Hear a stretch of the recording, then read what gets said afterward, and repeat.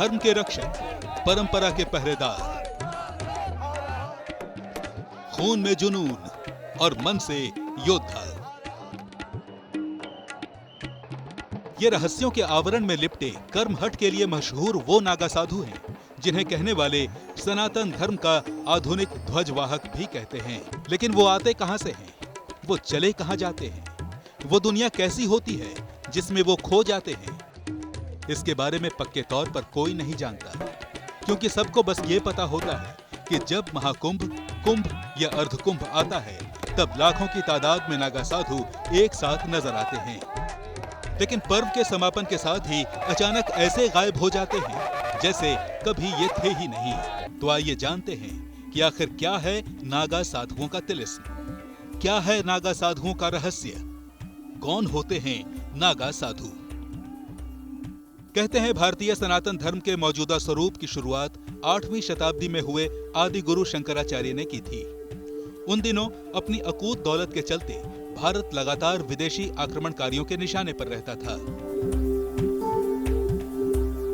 ऐसे में शंकराचार्य ने सनातन धर्म को संकट से बचाने के लिए पूर्व दिशा में जगन्नाथपुरी में गोवर्धन पीठ, पश्चिम दिशा में द्वारिका में शारदा पीठ, उत्तर में बद्रीनाथ में ज्योतिर्पीठ, दक्षिण में चिकमंगलूर में श्रृंगेरी पीठ नाम से 4 मठों की स्थापना की और इसी के साथ धर्म रक्षा के लिए अखाड़ों की नींव भी रखी गई। इन अखाड़ों से जुड़े युवाओं ने दुश्मनों से लोहा लिया। फिर धीरे धीरे ये घर संसार से कटने लगे और नागा परंपरा का जन्म हुआ।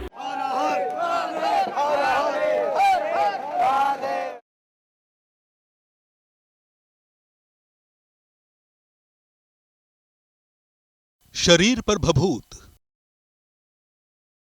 साधना की शक्ति से आंखों में दहकते अंगारे, माथे पर त्रिपुंड, रुद्राक्ष से सुशोभित भुजाओं में शिव शक्ति का प्रतीक त्रिशूल,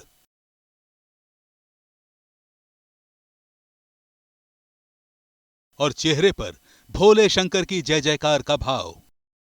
सनातन धर्म के इस प्रचंड प्रज्वलित रूप को ही दुनिया नागा सन्यासी कहती है।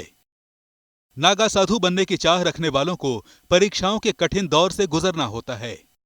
घर-बार और दोस्तों को हमेशा के लिए छोड़ना पड़ता है। इतिहास मिटाने के लिए खुद का अंतिम संस्कार करना पड़ता है।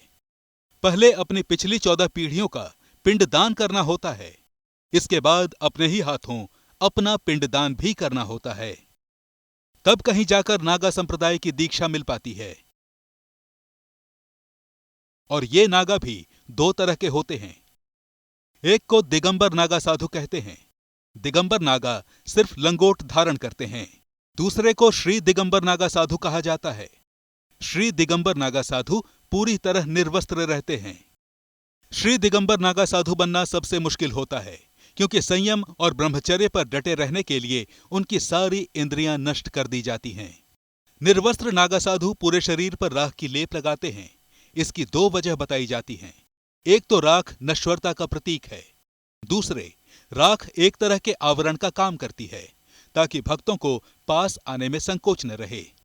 नागा साधु कई बार शरीर पर चिताओं की राख लपेटते हैं तो कई बार उस धूनी की जिसके सामने वो बैठे रहते हैं।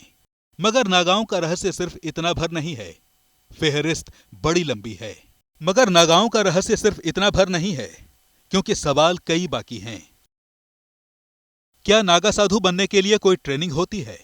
क्या नागा साधु अस्त्र शस्त्र में भी निपुण होते हैं? क्या है नागा साधुओं की 108 डुबकियों का रहस्य? 0 डिग्री तापमान में कैसे रह लेते हैं नागा साधु? क्या हिमालय की गुफाओं में है साधुओं का संसार?